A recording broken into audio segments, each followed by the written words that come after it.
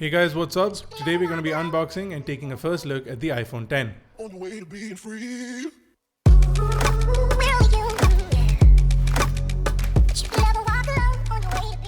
Now this is the final retail box of the iPhone 10, and for those who were lucky enough to pre-order this device, they will be getting their phones on the 3rd of November. The iPhone 10 is available in two variants, the silver and space gray in 64 and 256 GB. This one is the silver with 256 GB of onboard storage. The unboxing experience is pretty much what we've seen in the past with Apple devices. So the box on the outside does show the iPhone 10's full display over at the front. Now removing the top part of the box reveals this little booklet which does say designed by Apple in California. Inside you do get the hello booklet as well, which does give you certain information about the device, the new changes, how to get back to your home screen, and all of those quick tips. You also get a SIM ejector tool inside the box in the Indian variant. If you're getting it with a carrier in certain other countries, you may not get the SIM ejector tool. Some additional safety and security information along with a country-specific guide for safety, and then you also get the standard Apple stickers. Now this, ladies and gentlemen, is the iPhone 10. As you can see, it is the silver color over here.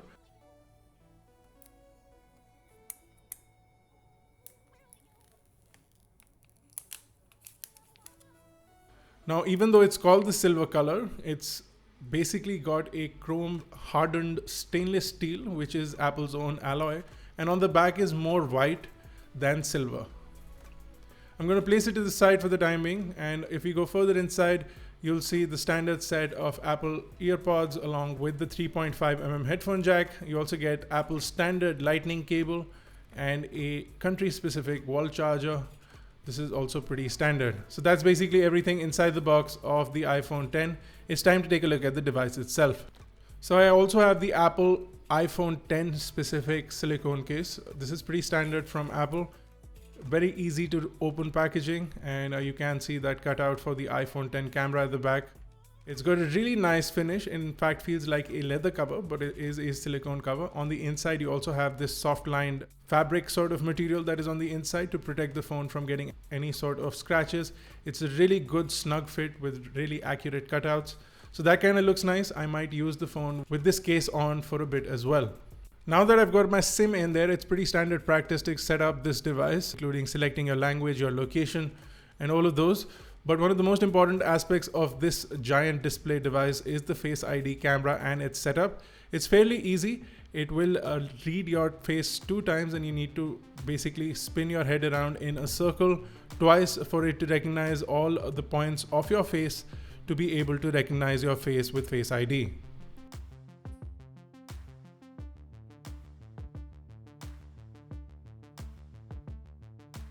So over at the front is what Apple is calling the true depth camera. It is a 7 megapixel camera, which does have portrait mode and portrait lighting mode as well. You also get the ability to make animojis with this, which I'm going to show you in just a minute. It does capture 1080p video, and it is an f2.2 aperture equipped camera. Below that, you get this giant display. Now on this device, it is a 5.8-inch display with one of the highest resolutions that Apple has used on a smartphone, a 2436 by 1125 pixel, giving this device a 458 pixels per inch.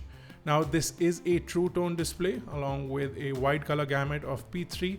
So whether you have sRGB content or P3 content, it'll play very well on this. You also get 625 nits of brightness along with a oleophobic coating.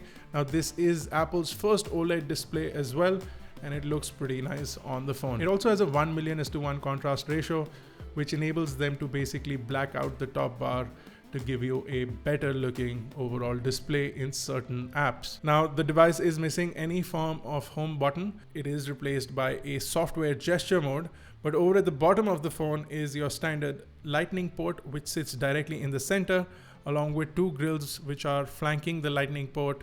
One is a speaker while the other is a microphone. Over at the right is your large power button now. Just below the power button is also your SIM tray.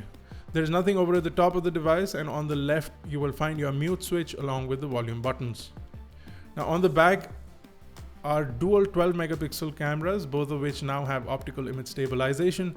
The wide camera has an f1.8 aperture, whereas the telephoto camera now has a 2.4 aperture, giving you optical zoom of up to 2x. You also get portrait mode and portrait lighting, which is something similar to what we've seen on the iPhone 8 in the past. And you can also now capture 4K video at 60 frames per second and slow-mo video at 240 frames per second at 1080p, which is pretty impressive.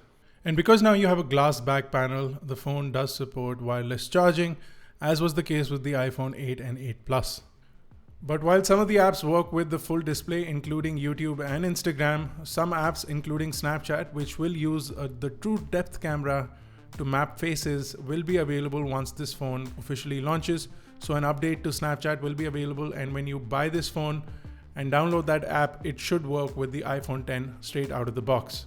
Now, Face ID does have machine learning in it, so it will recognize your facial changes over a period of time, and you do require to enter in your passcode frequently so that the device learns your face over a period of time, and once it does that, it will automatically start unlocking more accurately.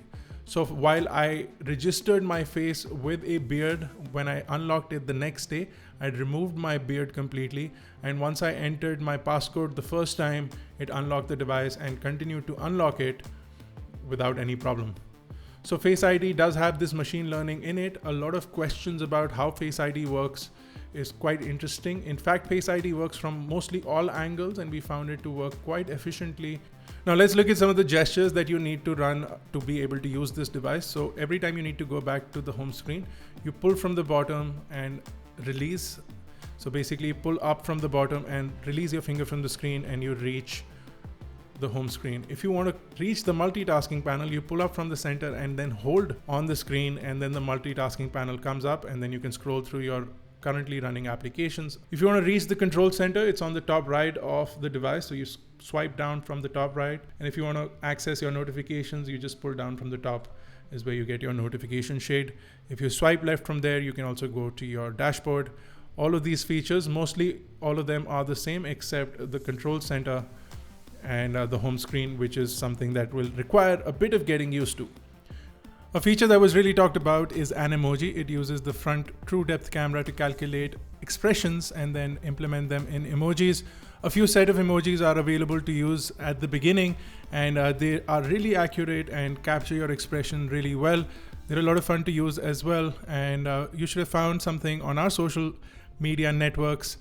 So if you haven't already followed us on Instagram and Twitter, links to those in the description below. And guys who already saw our an emoji, do let us know in the comment section below as well. The front-facing camera also has the portrait mode now, which works really well on the front-facing camera, the true depth camera. And these are some of the features that Apple has really pushed with the new iPhone X. But the main feature remains the display, which is more or less edge to edge, a great amount of brightness, and an overall brand new design from the original iPhone, dropping the home button. Now we'll be reviewing this phone in the coming days, so if you have any questions or queries regarding the iPhone 10, do let us know in the comment section below. If you don't already, guys, subscribe to iGyaan for more such videos. This has been Bharat. I will see you guys in the next one.